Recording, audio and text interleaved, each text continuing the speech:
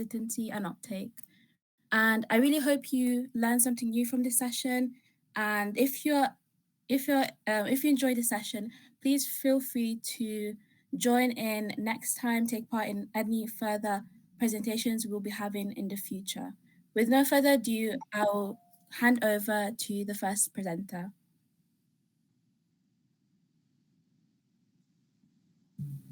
Hi everyone. So today, as was said, we'll be looking at vaccine hesitancy and uptake, which is a really important issue in healthcare. But before we begin, I wanted to start with like a little Menti poll just to kind of like see everybody's understanding and attitudes. So I pasted the link for the poll, so you could just click that and then just kind of answer the question just so we can see like what everybody thinks initially.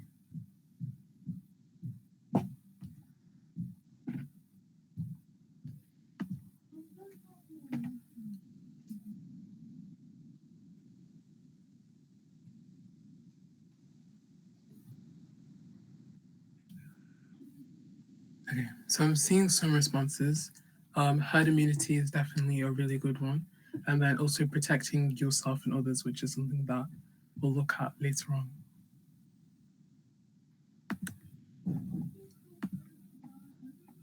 And drug development is also good. Flu vaccines, COVID vaccines as well is a really good response.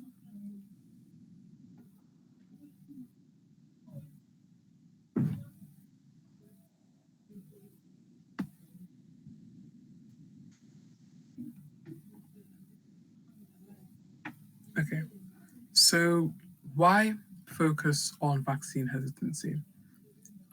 So vaccination is definitely one of the most effective and widely used public health interventions. And over the past century, vaccines have really reduced the effect of infectious diseases and have also contributed to significant gains in life expectancy. And yet, even despite all of the evidence that we have to show like the positive impacts of vaccinations, we still continue to see uneven vaccine uptake across populations and persistent hesitancy in many communities. So it's really important to recognize that vaccine hesitancy isn't really a simple matter of being for or against vaccines. Instead, I'd say that it's more of like a spectrum because for some people, for many people actually, the decision to like delay or even decline vaccination is because of like lots of different factors coming together. So it could be a combination of social influences, cultural norms, historical experiences, and then also their own ethical considerations. So, in other words, hesitancy isn't really something that can be purely understood from a biomedical lens. You have to look at it through all of these different outlooks. So, social factors, for instance, play a really substantial role because trust in healthcare providers, the influence of family and your peers, and then also the circulation of information and misinformation through like social media or word of mouth can all shape people's perceptions. And these social dynamics often have a greater impact on people's behavior than just scientific facts. We also have cultural factors which further complicate the picture because different communities can have distinct beliefs about health, illness, and also medical interventions. So past interactions with healthcare systems, especially if these were negative, can also influence their present day attitudes. And in some contexts, historical injustices, marginalization, or inequitable access to care continue to undermine confidence in vaccination programs. And then finally, there are also important ethical questions involved, like how do we promote vaccination in a way that protects public health while also respecting individual autonomy? How can governments and healthcare institutions balance community well-being with personal choice? And what ethical responsibilities do we have when making decisions that affects not only ourselves, but also vulnerable populations? So throughout the rest of this presentation, we will be exploring the social, cultural, and ethical dimensions in more detail. We'll also look at the factors that contribute to hesitancy, the ways that they vary across communities, and the challenges that they pose for public health practice. So ultimately, the goal is to develop a better understanding of why vaccine hesitancy persists and how evidence-based, culturally sensitive, and ethically grounded approaches can help improve vaccine uptake and then also strengthen trust in our healthcare systems. So now I'll be passing on to the next presenter. Thank you. Good evening, everyone. Today I'll be discussing vaccine hesitancy, focusing on the social factors that influence people's decisions and the challenges these create when trying to increase vaccine uptake. Even though vaccines are proven to prevent serious illnesses and save lives, many individuals still feel uncertain about receiving them. These doubts are often shaped by things like cultural beliefs, community experiences, misinformation, and levels of trust in healthcare systems. Understanding these social challenges is very essential because it allows healthcare professionals, governments, and communities to communicate in ways that genuinely connect with people and help build confidence in vaccination. Vaccine acceptance varies greatly across different populations, and this is largely shaped by cultural background, personal beliefs, and past experiences. For example, some individuals hesitate because they're concerned about possible side effects or long term impacts. Others may feel uncertain because of their religious beliefs, cultural traditions, or a desire to maintain personal autonomy in medical decisions. Historical experiences also play a role. Communities that have previously faced discrimination or poor treatment by health systems may naturally feel more cautious or mistrustful. Language barriers, limited access to reliable information, and differing levels of health literacy can also influence how people understand and interpret vaccine advice. Because these factors differ between communities, it is unrealistic to expect the same message to work for everyone. A communication approach that is effective in one cultural setting may be completely ineffective in another. This is why it is important for vaccination campaigns to be sensitive, respectful, and tailored to the specific group they're addressing. Health campaigns are more successful when they focus on building trust rather than using fear or pressure. People are more likely to feel reassured when information is delivered clearly without complicated scientific terms by someone they already trust, such as a local health worker, faith leader, or respected member of their community. By understanding the cultural reasons behind hesitancy, we can design approaches that address concerns in a meaningful and supportive way. Now that I've explored how cultural and personal factors influence vaccine acceptance, I will move on to how social networks, media, and stigma also affect people's decision. Could you please move on to the next slide? Yes, thank you. Vaccine decisions are rarely made alone. Family members, friends, and community leaders often have a significant influence on how a person feels about vaccination. If someone they trust expresses doubt or concern, that hesitation can spread quickly through a social group. Social media intensifies this effect. While it provides quick access to information, it also allows misinformation to circulate rapidly and repeatedly.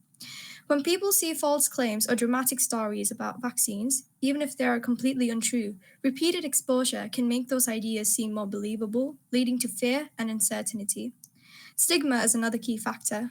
Vaccines linked to sensitive issues, such as the HPV vaccine, which protects against sexually transmitted infections, may be avoided because individuals fear being judged or labeled. In some communities, negative stereotypes, rumors, or social pressure discourage people from seeking vaccination, even when it would benefit their health. Safety concerns remain one of the most significant reasons for hesitancy. Even though vaccines are thoroughly tested and monitored, emotional stories shared online often feel more convincing than scientific evidence.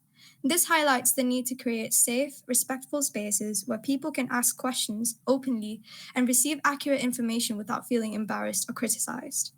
We saw a clear example of this during the COVID-19 pandemic. In some areas, mistrust in government announcements led to low vaccination rates. However, when trusted local figures such as faith leaders and community health workers delivered accurate information in familiar languages and cultural contexts, vaccine uptake increased.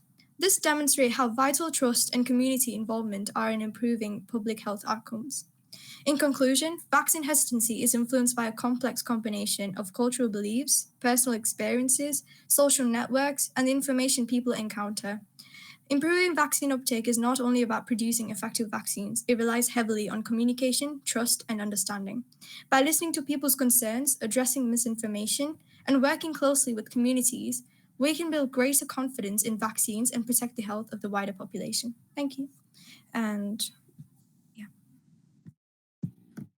Great, thank you. So building on the social factors that have been mentioned before, I talked through the cultural factors. So I think this is something that has been talked about briefly before. So personal beliefs and perception plays a big part in vaccine hesitancy. So things like, for example, people's perception about their health, about the risk of the vaccine, and their perception about how, for example, doctors or other medical staff would intervene with their health can sort of shape the vaccine hesitancy, with some people, for example, even preferring natural immunity over like a vaccine, or might be choosing an alternative health practice the normal the normal vaccine. So that's one. And then you also have the cultural and religious beliefs. So that can shape how people have a different attitude toward vaccination. So people might have concerns regarding vaccines ingredients, or they might view vaccine as contrary to like their cultural or religious practice.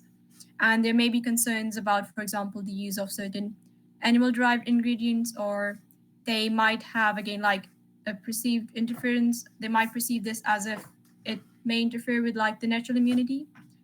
Um, and then there's also like perceptions to do with, for example, risks. So some people might believe that, for example, if you have the vaccine preventable diseases, they might say that relative like to the perceived risk of vaccination, it's best to sort of stay away from vaccination. That can like influence their hesitancy, and they might underestimate the severity of vaccine preventable diseases and overestimate the risks that are associated with vaccination, which might drive them to not take the vaccine. And then there's their trust in healthcare providers and institutions, which can affect how well they are willing to accept the vaccine. So, if, for example, someone has a positive relationship with their healthcare provider and they have that confidence in the healthcare provider's expertise, that can increase the vaccine uptake. But if, on the other hand, there's a bit of distrust, that can obviously lead to hesitancy, especially among like communities which have historical like reasons for skepticism. Maybe in the past there was some sort of like scandal, such as like the MMR vaccine. That was a big one. So that trust in healthcare providers is quite important to ensure that we have a better uptake of vaccine. And then there's like the past experiences people might have with vaccines, whether that be like adverse reactions that they might have, or for example, they might have the same disease kind of or same infection again and again. So that might prevent them from taking vaccine, and that can contribute to vaccine hesitancy as well. You can also kind of think about the historical trauma and discrimination that might be associated with this. So, for example, you can have uh, within like a healthcare system, you can have exploitation or mistreatment that can contribute to vaccine hesitancy, especially as mentioned before, among like marginalized and minority communities. And this is something that is evident by data. So, for example, on the slide, we can see that in Black or Black British population, that is the highest group for vaccine hesitancy, followed by Asian British population. And you can see that those are like the two main groups, and that kind of reflects in the factors such as like the socioeconomic factors that can contribute to vaccine hesitancy. And there's also some practical barriers that can contribute to vaccine hesitancy. So things like language barriers. People may not have a full understanding of what vaccine can do, or they might not be able to communicate effectively if they do want a vaccine, or where they fully understand how well a vaccine works. And they may not have, like, for example, appointment availability, or they might not have access to vaccine to start off. Again, that kind of links to like the vaccine availability. So those are like some practical reasons that can contribute to vaccine hesitancy. So just to kind of summarize, all in all, it could be like personal reasons, it could be religious or like cultural beliefs that people might have. So rather than going for vaccine, they might prefer like natural immunity or uh, depending on what beliefs they have, and like perception of risk due to the vaccine, and their trust in healthcare and healthcare providers and their past experiences can all contribute to their vaccine hesitancy. I'll hand over to the next speaker. Okay, so when it comes to ethical challenges, a main one that sparked up when I was researching was individual autonomy versus public good. And when it comes to individual autonomy, the truth is that we can't force anyone to take a vaccine because there may be religious, personal, or like cultural, like social factors that hinder people from wanting to take a vaccine. And the healthcare system is not there to force anyone to take a vaccine, but help guide someone to make a decision and respect whatever decision they make. However, the decision that people make can arguably impact public health. For example, when considering herd immunity, which is when a large population is immune from a disease, people not taking a vaccine has a detrimental effect on this. So when someone gets vaccinated, they're not only protecting themselves, but also people around them in the population. For example, some people in the population might be allergic to a vaccine, therefore, the more people vaccinated also helps protect them because they're less likely to get the disease. And it puts less health pressures overall on themselves, others around them, and also the NHS. Another way to think about this argument is having freedom of choice versus collective responsibility, which is contributing to herd immunity and helping others. To apply this to a real life scenario, sorry, please can you move on to the next slide? Thank you.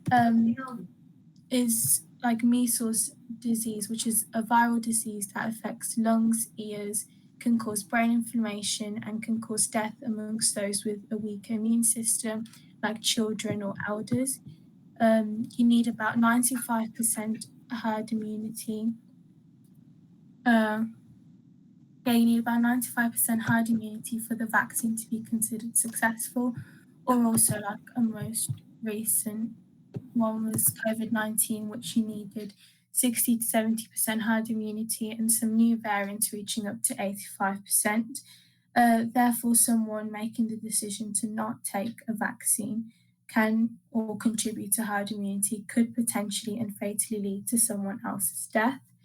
Another ethical challenge is equity, which is when everyone has a fair access to vaccines, regardless of income, ethnicity, location, or background.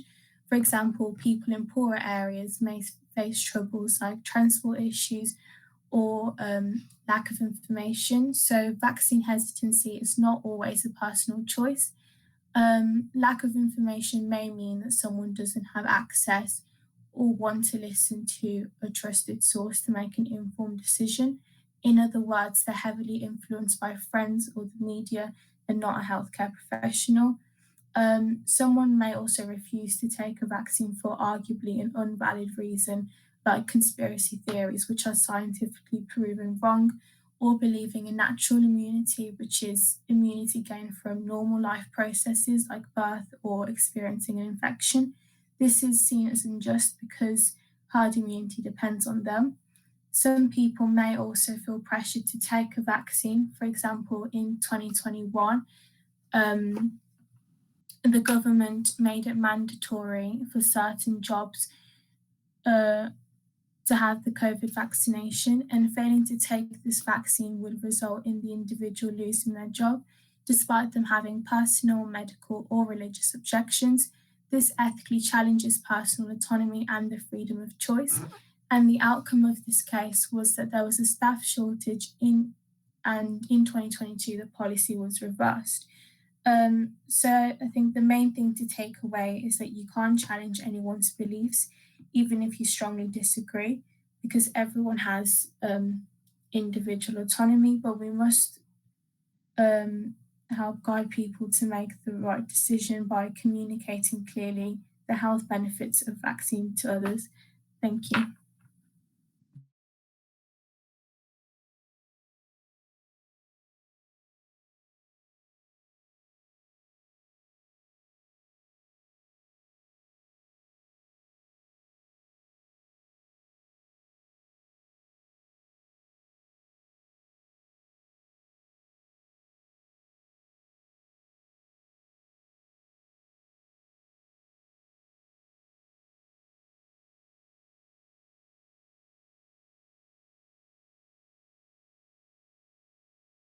Is Mariam here?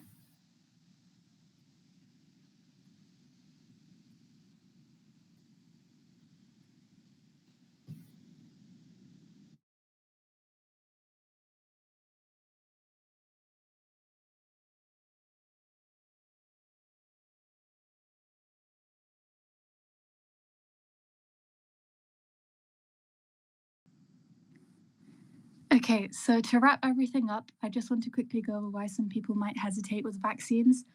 From what I've looked at, it's usually not because they're totally against it. It's more that they're unsure. Maybe they've heard something online or someone has told them a story that made them worried.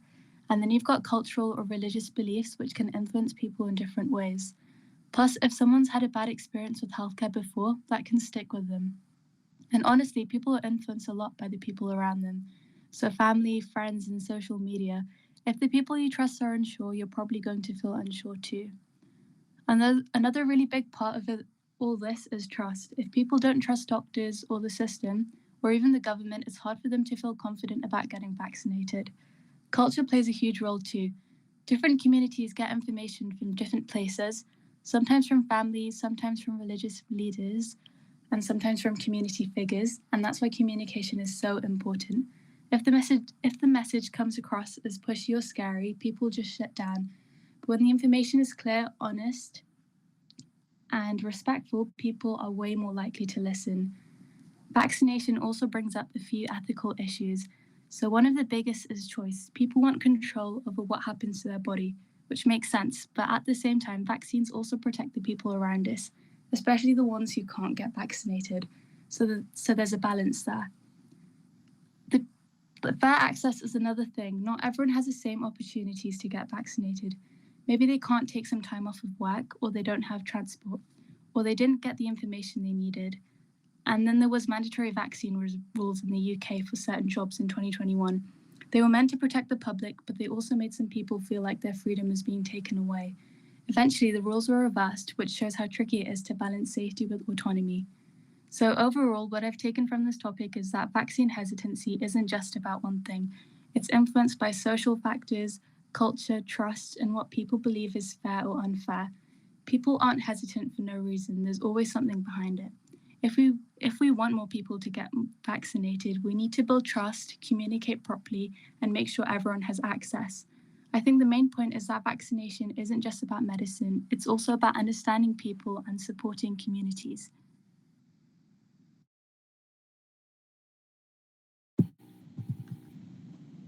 Okay, so basically, based off everything we have covered so far, we're gonna go through some MMI style questions. So I've broken them down into two parts. You could either expect to like get a role play, basically based on like vaccine hesitancy, or you could get an ethical scenario where you have to consider the aspects we have covered previously. So in terms of if we start off with the role play question that we can see here, it says a mother refused to vaccinate her child with the MMR vaccine, citing the risk of autism. Speak to her about this. So with basically the role play questions, you want to structure them in a way where you start off by asking an open question to explore what the concerns are, for example. So you'd maybe start off by saying something like, what are your concerns, or what are you afraid of, to try and understand where they're coming from.